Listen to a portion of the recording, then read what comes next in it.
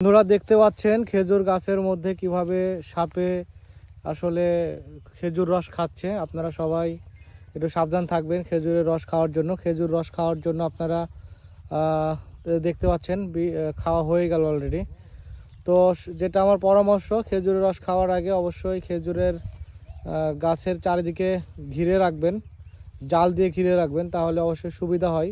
এখানে কিন্তু বিভিন্ন রকম বাদুড়, পোকামাকড়, বিভিন্ন রকম জিনিস আসে। দেখুন আবার খেতে নামলো রস।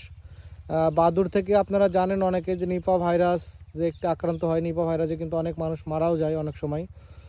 তো এই যে দেখতে পাচ্ছেন এই খেজুরের গাছে একটি সাপ এসে রস খাচ্ছিল, এমন তো সময় আমি চলে আসি এখানে। আসার পরে এই ভিডিওটি ধারণ করি। আর আপনারা সবাই জানেন যে আমি সাপ নিয়ে অনেক কন্টেন্ট তৈরি করি, যে ক্ষেত্রে আমার সামনে আসলে সাপগুলো এসে পড়ে। তো আমি এসে দেখছিলাম এদিক দিয়ে, আসলে আমি ভিডিওর উদ্দেশ্যে আসিনি, এদিকে আসছিলাম একটি কাজে। তো এই কাজে আসার সময় দেখছি যে এই অবস্থা। তো দেখতে পাচ্ছেন আপনারা বন্ধুরা, আপনারা রস খাওয়ার সময় অবশ্যই একটু চিন্তা ভাবনা করবেন। আমি আবারও বলছি, দেখুন সাপটি কিন্তু আস্তে আস্তে আরও এখনও খাচ্ছেই রস খাওয়া এখনও শেষ হয়নি। সাপটি কিন্তু বিশাল বড় সাপ বন্ধুরা।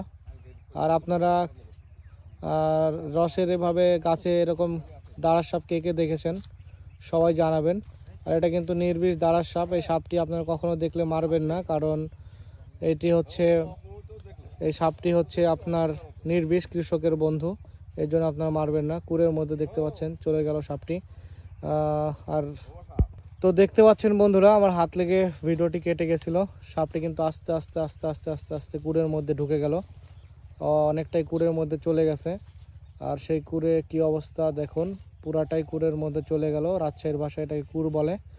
তো আমার বক্তব্য হচ্ছে আপনারা সবাই একটু সাবধানে থাকবেন, আর খেজুরের রস খাওয়ার সময় অবশ্যই সাবধান থাকবেন। এই যে আমি একটু দেখাই আপনাদেরকে হাত দিয়ে, যদি সাপটা ভেতরে আছে, এইগুলো দিয়ে জাল দিয়ে ঘিরে রাখা যায়। এগুলো জাল দিয়ে ঘিরে রাখা যায়, এগুলো জাল দিয়ে আপনারা ঘিরে রাখতে পারবেন।